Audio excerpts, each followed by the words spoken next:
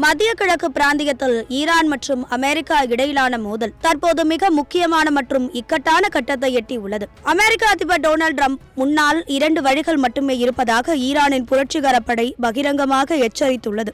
1.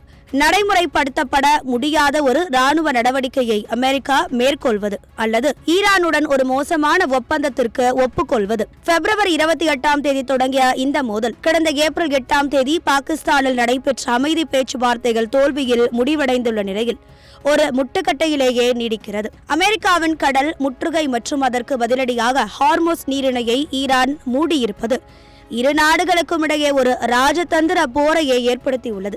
ஈரானிய தரப்பு தற்போது 30 நாட்கள் என்ற கடுமையான கெடுவை விதித்துள்ளது. இந்த 30 நாட்களுக்குள் அனைத்து பிரச்சனைகளுக்கும் தீர்வு காணப்பட வேண்டும் என்பதில் ஈரான் உறுதியாக இருக்கிறது. இது தொடர்பாக ஈரான் அமெரிக்காவிடம் சமர்ப்பித்துள்ள திட்டத்தில் போர் நிறுத்தம் என்பதை தாண்டி போரை முழுமையாக முடிவுக்கு கொண்டு வர வேண்டும் என்ற கோரிக்கை முன்வைக்கப்பட்டுள்ளது. ஈரானின் எல்லையில் இருந்து அமெரிக்க படைகள் முழுமையாக வெளியேற வேண்டும், கடல் வழி முற்றுகை நீக்கப்பட வேண்டும், ஈரானின் முடக்கப்பட்ட சொத்துக்கள் விடுவிக்கப்பட வேண்டும் மற்றும் பொருளாதார தடைகள் முழுமையாக நீக்கப்பட வேண்டும் என 14 அம்சங்களை கொண்ட ஒரு நீண்ட பட்டியலை ஈரான் சமர்ப்பித்துள்ளது. வெறும் போர் நிறுத்தத்தை மட்டும் நீட்டிப்பதில் தங்களுக்கு விருப்பமில்லை என்பதை ஈரான் மிக தெளிவாக தெரிவித்துவிட்டது. இந்த இக்கட்டான சூழலில் அமெரிக்காவிற்கான முடிவெடுக்கும் காலம் வெகுவாக குறைந்து விட்டதாக ஈரானிய உளவு அமைப்பு எச்சரித்துள்ளது. இதற்கு முக்கிய காரணமாக சீனா, ரஷ்யா மற்றும் ஐரோப்பிய நாடுகளின் நிலைப்பாட்டில் ஏற்பட்டுள்ள மாற்றங்களை அவர்கள் சுட்டிக்காட்டுகின்றனர்.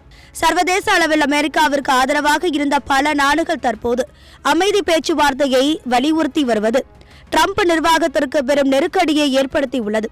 அதே சமயம் அமெரிக்காவின் கடல் முற்றுகை மற்றும் போர் நடவடிக்கைகளை ஈரானிய தரப்பு தொடர்ந்து கண்டித்து வருகிறது. ஹார்மோஸ் நீரிணை பகுதியில் புதிய பாதுகாப்பு முறைகளை உருவாக்க வேண்டும் என்ற ஈரானின் கோரிக்கையையும் தற்போதைய சூழலில் அமெரிக்காவிற்கு பெரும் தலைவலியை ஏற்படுத்தியுள்ளது. ட்ரம்ப் நிர்வாகம் ஈரானின் இந்த புதிய திட்டங்களை ஏற்குமா அல்லது மீண்டும் போர்க்களத்தை நோக்கி அமெரிக்காவை அழைத்து செல்லுமா என்பதை தற்போதைய மிகப்பெரிய கேள்வி. 30 நாட்கள் கெடு என்பது அமெரிக்காவிற்கு ஒரு ராஜதந்திர சவாலாகவே பார்க்கப்படுகிறது. ஏற்கனவே கடல் வர்த்தகம் பாதிப்படைந்துள்ள நிலையில் இந்த 30 நாட்களுக்குள் தீர்வு கிடைக்காவிட்டால் ஹார்மோஸ் நீரிணை பகுதியில் போர் வெடிப்பதற்கான வாய்ப்புகள் பிரகாசமாக இருப்பதாக உலகளாவிய பாதுகாப்பு ஆய்வாளர்கள் எச்சரித்துள்ளனர். அமெரிக்கா தனது பிடிவாதத்தை மாற்றிக்கொள்ளுமா அல்லது ஈரான் கூறியது போல மோசமான டீல் ஒன்றிற்கு ஒப்புக்கொள்ளுமா என்பதை பொறுத்திருந்துதான் பார்க்க வேண்டும்.